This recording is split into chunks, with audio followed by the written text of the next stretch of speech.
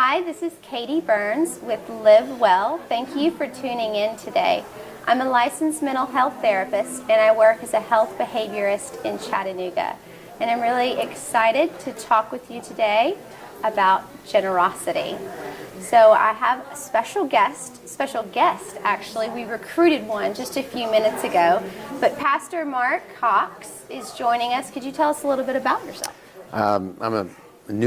I'm a newbie for Pikeville. Just moved here about 5 months ago. Welcome. Thank you. We're glad to have you in our community. You've already made quite the impact, but we'll get to that in a minute. And I pastor 4 churches in the area, and Dan and I were getting acquainted here because we have a common background. I just moved here from Hawaii in active duty Navy, and I'm still reservist, and Dan is retired Air Force, which is kind of where we started our conversation today. And he's a very accomplished pianist now for over a year, and which brings a lot of hope and inspiration to all of us. Yes. Because it's never too late to start anything. No, it's never too late. Please take it up. Yeah, and he's also inspiring me because I think I'd like to follow his lead. He's getting ready to take a bike trip across Europe, and with some friends, and in a few weeks. So so that's a little bit about us. I'm sure that's not a bad short introduction. Right. Well, we'll talk more about our personal interests, but today we're really focusing on the theme of generosity, and what comes from the heart goes to the heart. Not really focusing on the obligation to give or the rules to give, but just feeling the need to help other people and to help our community. Okay. So, and since this is an actual conversation here, we're just going to see where this goes, Katie, and I hope we'll have an interesting dialogue. We're keeping this all very informal today. We are very fortunate to be filming at the Starling Cafe. There we go. They're always so welcoming to us, so we really appreciate their generosity. And there is no script here, so no script. But I really appreciate you coming on the show, and happy to do it. I just called you a couple days ago, and you were willing to jump right in. And other things that you're involved in with our community is Better Bledsoe. Yes, which promoting is health. Yeah, in kind of the holistic approach of how can we make Bledsoe and the community a healthier community. Yes. And that's something I'm definitely really passionate about. So in thinking of the theme, what comes from the heart goes to the heart. And being generous with what God has given us, how do you personally think about generosity or your ideas of being generous to your community or to others? Well, it's I think it's a very fundamental part of life. In fact, I consider it, which we can talk about a little later, but I think it's one of the laws of life is giving. And it's how we interact. We've created a capitalistic society, which is a part of keeping things moving through our community. Giving is important to meet needs. Every community has different kinds of needs. But yet giving should not be indiscriminate, in my opinion. Right. I think there should be a certain sense of purpose behind we give and how we give. So I think there's some principles that govern that. So already we know that we were going to talk about House of Hope. Yes. The Ministerial Association here in town also has a food bank, and that meets a very big need here in Pikeville. Right. And what's difficult is sometimes with our giving, as we were talking about a little bit earlier, people really rest there. They don't continue movement in their life, and they begin to just expect the gift. Those who are receiving, you're talking about. Right, those that are receiving, and sometimes in mental health, we will call that, with people that are perhaps struggling with addiction, we'll call that enabling. Okay. As more of a professional word, but as more of a casual term, I just call it people rest. And they stop moving because agreed. they're expecting, and that's not 100%. But how do we give and also encourage people to continue to move in their life? Okay, let's keep that in mind. But Yeah. I want to tap my friend Dan Yeah. over here, even though Dan didn't know what he was getting into. I think to create the conversation and some stimulating conversation. Dan, have you ever seen any place in your life experience where giving was a problem or created a problem? I think in a small community such as Pikeville, people, well, it's small. Everybody interacts more with each other. I lived in large urban areas, San Francisco area, and I lived in large cities overseas. And sometimes people are just too busy taking care of themselves that if they see a need to help someone, they don't stop and help each other. I don't do anything profound, but if somebody needs, if you go by, you see somebody needs their grass cut, and they're unable to do it. I mean, that's a simple thing like that. Right.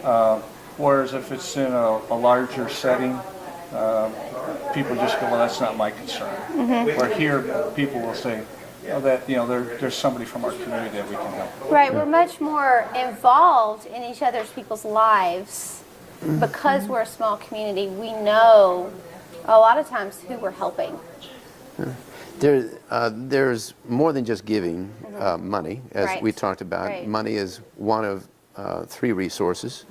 There is human resources, such as the types of services that we can provide, so whether it's mowing lawn or being, like right across the street here, Dr. Lee, once a year provides a free dental clinic. Yes. And people come, and he's able to give to his community. Yes. So a very, very needed, very targeted gift, and he does it in form of service, not money, but in service. Another type of giving is in material things. Such as sometimes people need a chair or a bed or a house or they have different needs. So there are lots of different kinds of ways in which we can give, not just money. For some, money is an easy thing. It's very difficult to go and mow a lawn. It takes my time. Sometimes maybe I don't have time. I just want to throw some money at it. Or hire. That's a really interesting point. Yeah. It's just, I'm going to just fix this with money as a quick thing versus really getting to the root of an issue, which the man needed his lawn mowed or something Correct. like that. But I want to come back to your initial point, and I think that's the necessary dissidence. Is that the right word I'm using? Yes. To create the tension here of just indiscriminate giving. I was just watching a great video called Poverty Inc. on Netflix, and it gave a really good perspective of how NGOs, there are thousands of NGOs around the world making a huge business, a lot of money, capitalizing on the industry of poverty. Right. Now, for those that don't know at home, can you explain a little bit about what an NGO is? A non-governmental organization, Okay. they're usually a 501c.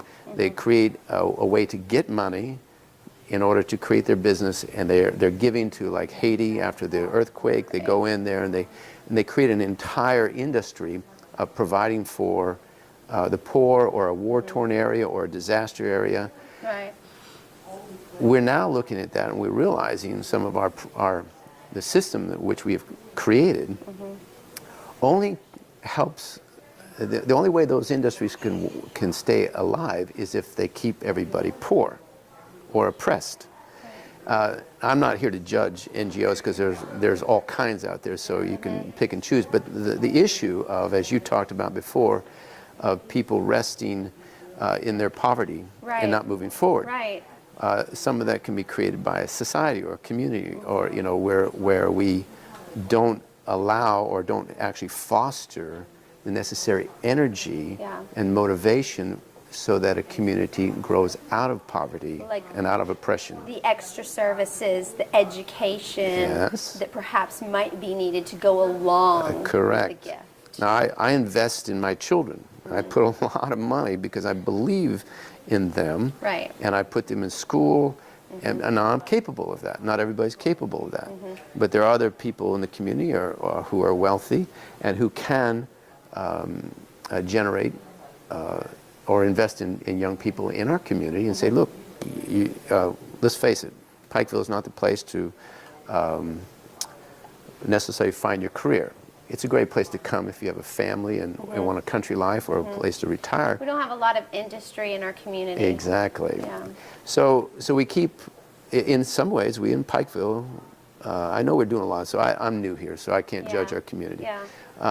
But we do, what are we doing that's going to create the generate the energy to take people out of poverty? Just to give you an example of some of the problems of giving. I love that organization, what was the name of it, that every shoe you buy here, they would give Tom's Shoes. Yeah. Tom's Shoes. I mean, I took your answer. That's all right. He was on the tip of his tongue, I'm sure. Thank you. Okay. But Tom's Shoes, for every shoe you buy in America or wherever it is, Britain, where is it, Britain? And then he goes and gives it away. Now, that's a really cool idea. It's also a great business model because people want to buy his shoes, and he can now afford to go and give lots of shoes. And so he drives these big fancy buses into these impoverished communities, and he gives impoverished children free shoes. On the outside, that looks great.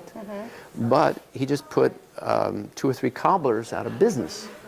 And so he took industry away from that community. Now, I know Tom is relooking at his model, but that's something that nobody really thinks about. You know, Right. we give in such a way that we now oppress a community instead of generate a community. Yeah, and it's so hard to figure out the balance. The balance. Know, just like in Louisiana right now, my family and where my mother comes from, Denham Springs, Baton Rouge, flooded. I'm sure you guys have seen that on the news. And so they're out of their homes, and they're all looking for help. And they need essential things. Right, and we're trying to figure out, how do we help them? How do we best provide for them? Because I can't be there right now and help them strip off drywall. That's not something I can do for them today. We can pray for them and look for, what it ends up that they need. Exactly. But it's hard to figure out. Where's the balance? And Katie, you didn't choose me because I'm the brightest guy in the world, and that I can resolve the. And in fact, that is one of the reasons I chose you, is because you are very bright. We have met before. But the point is, I don't have the answers for the world's problems. Right. But I'm struggling, just like you, and just like every community, with how do we do good without doing bad. Yes. And how can we, particularly here in Pikeville, continue to meet the needs of Pikeville without creating or keeping the poor at a rest, oppressing, keeping the oppressed, and keeping the impoverished, that sort of thing. So, some industries that go to these war-torn areas or disaster areas, they go in and they help generate an industry, not so they can some of them do it so they can fill their pocketbooks, but others have learned that if we really care about a community, we're going to help them create profit sharing. Now, why is profit sharing important?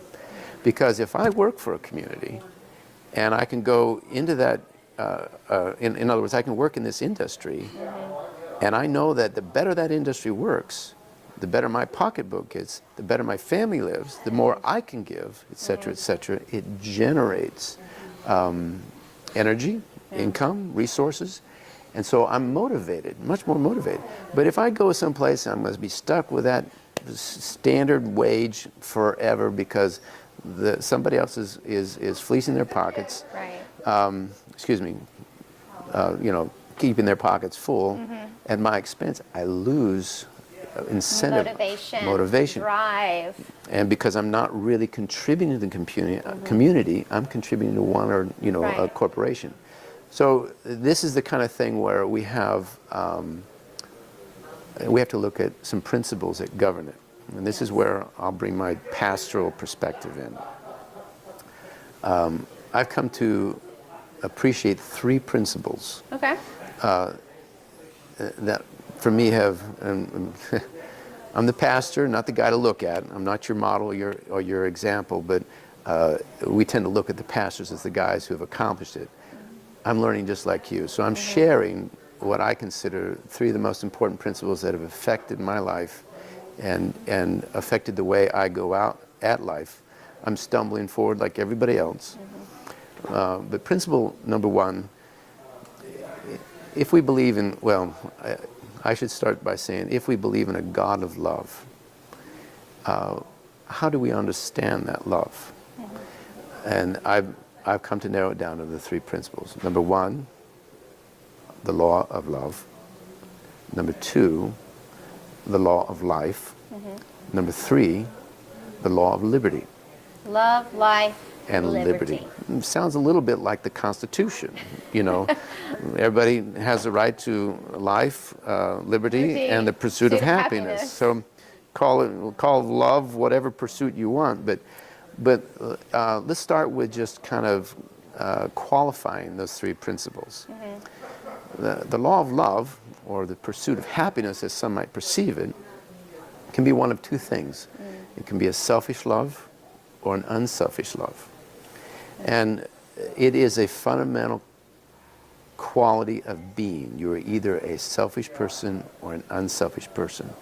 But the law of love, as we know about God, is that fundamentally He has to be our example, has to be an unselfish God. Incredibly unselfish. All right, so just being unselfish. So now, you know, if I come at giving, which is, I'm just unselfish. I'm going to give them everything. I'm going to give them my house, my car, my money. Here, everything I got's yours. Because some people do that in order to gain contentment, because they say, okay, if I get rid of all of my stuff and I'm not bound by materialism, then I will be more content. And we might call that indiscriminate or careless giving.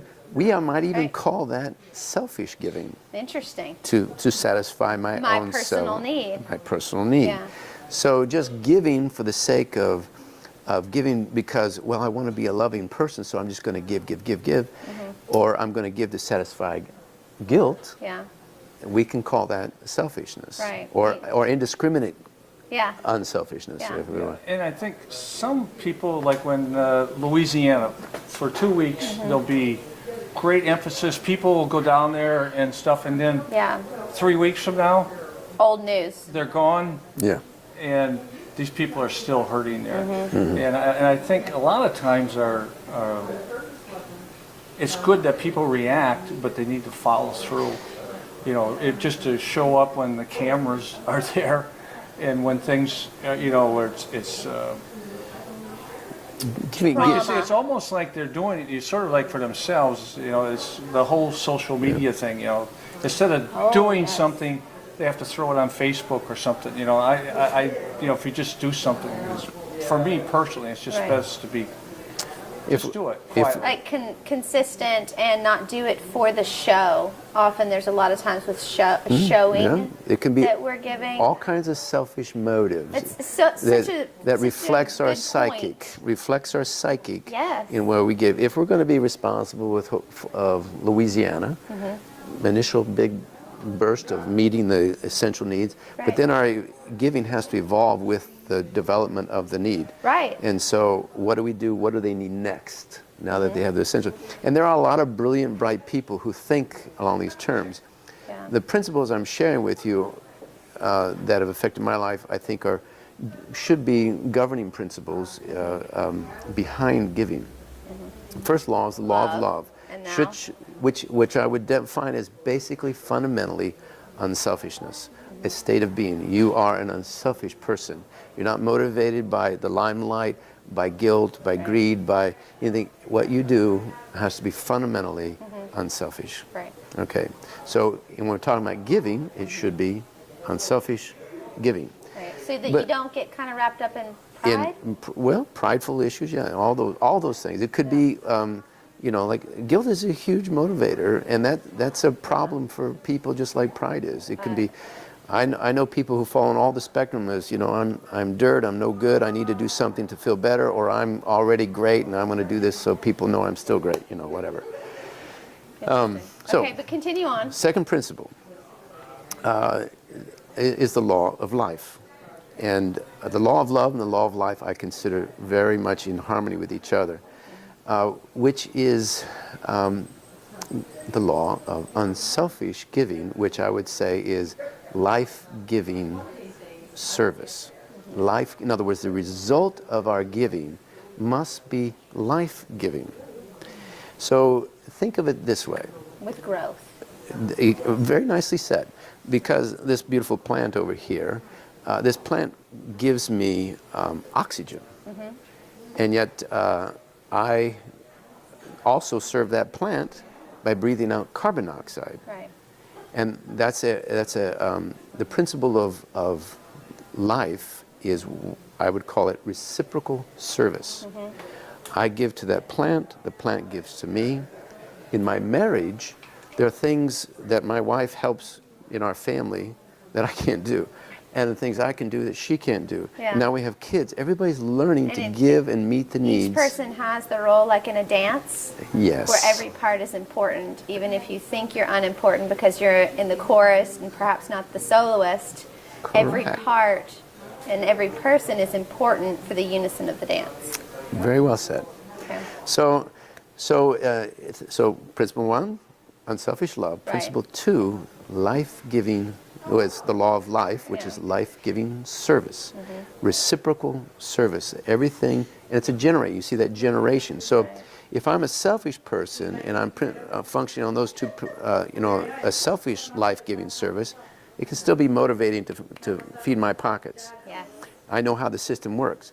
But if I'm going to be unselfish, I'm going to think long term, how can I help others generate industry, profit sharing, creating wealth in the community, not just my wealth, not just Right. my advantage, not just my kids going to school, not just, whatever. It's got to be a life-giving reciprocal service where everybody is benefiting through that service. Yeah. The third principle, I call it the law of liberty. The law of liberty, like any law, has to be what we call substantial. A substantive law, it has to be based on evidence, or if you want to call it truth, facts, and even a simpler form is reality. So if I have a law that's based on reality, I can learn to think in what we call cause to effect. Right. If I give something to the poor here in town, there's a particular individual who keeps calling me for, give me this, give me that, give me that. Right. So if I keep going down and getting that, they're just comfortable with me being their grocery boy. And so cause to effect, my effect is not doing, I may What have you hope. What I hope is I want to see Right. that person also respond to the cause of the effect. And live an unselfish existence as well, and be part of a life-giving service as well. And so if that person is not doing, the cause, the effect is not there. Sometimes they need outside motivation. Yeah. Or To go education, or an stop- external yeah. motivation. But that's what is so challenging about generosity, because you're hoping that your gift goes somewhere And it has come an to effect. find out it has an effect, but you can't control that effect. I wish I could think of his name, but he was one of my earlier idols because I was interested in international affairs and handling disasters, as a pastor there. I wanted to get into the big picture. And he, unfortunately, was killed, but he was in every war-torn area in the world, from Bosnia, Croatia, and all these, doing great things. And I think it was the Kurds that were being supported by the military.